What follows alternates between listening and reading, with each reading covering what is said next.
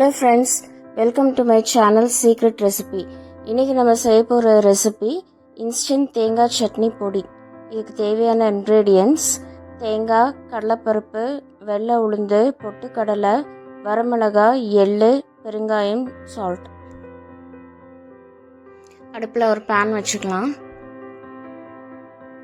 pan கொஞ்சம் heat ஆகட்டும். இல்ல ஒரு பவுல்ல 3/4 ஆஃப் கடலைப்பருப்பு எடுத்திருக்கேன். அது இந்த பேனில் போட்டு நல்லா ட்ரை ரோஸ்ட் பண்ணிக்கலாம். நான் ஆயில் எதுவுமே சேர்த்துல, ட்ரை ரோஸ்ட் தான் பண்ணுறேன். இது நல்லா கோல்டன் ப்ரௌன் ஆகிற வரைக்கும் ட்ரை ரோஸ்ட் பண்ணிக்கலாம். கோல்டன் ப்ரௌன் ஆயிடுச்சு. இப்போ அதை எடுத்து வச்சுட்டு அதே பவுலில் ஒரு பவுல் வெள்ளை உளுந்து எடுத்திருக்கேன். அதுவும் அதே மாதிரி கோல்டன் ப்ரௌன் வர வரைக்கும் நல்லா ஃப்ரை பண்ணி எடுத்துக்கலாம். நான் எல்லாமே ட்ரை ரோஸ்ட் தான் பண்ணுறேன்.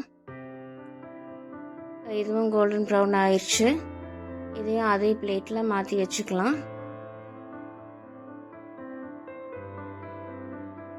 அது கூட 2 டேபிள் ஸ்பூன் பொட்டுக்கடலை எடுத்திருக்கேன்.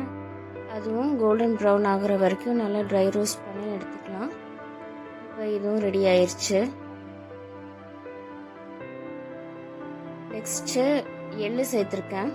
எள்ளு நல்லா பொரியட்டும். பொரிஞ்சு வர வரைக்கும் வெயிட் பண்ணிவிட்டு அதையும் அது கூடயே சேர்த்துக்கலாம். அடுத்தது வரமிளகாய் சேர்த்துருக்கேன். நான் ஒரு 10 வரமிளகாய் எடுத்திருக்கேன். உங்கள் காரத்துக்கு தகுந்த மாதிரி நீங்கள் வரமிளகாய் எடுத்துக்கோங்க. எல்லாமே ட்ரை ரோஸ்ட் பண்ணிக்கலாம். பண்ணிவிட்டு இப்போ அதுவும் அது கூட சேர்த்துக்கலாம். ஃபைனலாக ஒரு தேங்காய் துருவி வச்சுருக்கேன். அந்த தேங்காவை ட்ரை ரோஸ்ட் பண்ணணும்.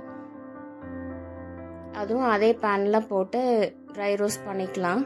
இது நல்லா ஸ்லோ ஃப்ளேமில் வச்சு ட்ரை ரோஸ்ட் பண்ணுங்கள். ஃப்ளேம் ஹையாக வச்சிங்கன்னா அது சீக்கிரம் தீஞ்சிரும். ஸோ நம்மளுக்கு அது சட்னி நல்லா இருக்காது. ஸோ ரொம்ப ஸ்லோ ஃப்ளேமில் வச்சு ப்ரௌனாக வர வரைக்கும் நல்லா ட்ரை ரோஸ்ட் பண்ணிக்கோங்க. இது கோல்டன் ப்ரௌன் ஆயிடுச்சு. அதை எடுத்து ஒரு தனியாக வச்சுக்கலாம். நெக்ஸ்ட்டு நான் உப்பு சேர்த்துருக்கேன். இந்த டிஷ்க்கு தேவையான சால்ட் அதையும் நான் ட்ரை ரோஸ்ட் பண்ணுறேன். கூட ஒரு பிஞ்ச் பெருங்காயம் சேர்த்துருக்கேன். ரெண்டும் சேர்த்து நான் ட்ரை ரோஸ்ட் பண்ணுறேன்.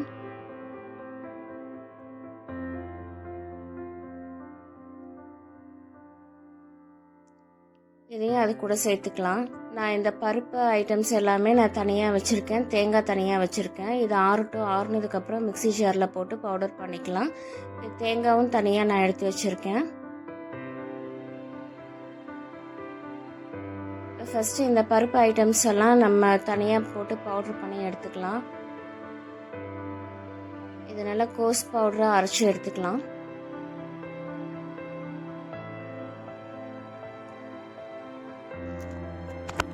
இது கூட நம்ம ரோஸ்ட் பண்ணி வச்சுருக்கிற தேங்காவை சேர்த்துக்கலாம். சேர்த்துட்டு அதையும் ஒன்றா அரைச்சி எடுத்துக்கலாம்.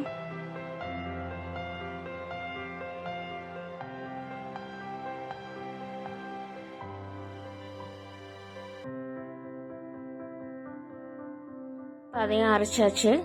ஸோ இப்போ நம்ம இன்ஸ்டன்ட் இட்லி மிக்ஸ் ரெடி ஆயிடுச்சு. இதை ஒரு ஜாரில் ட்ரான்ஸ்ஃபர் பண்ணி வச்சிடலாம்.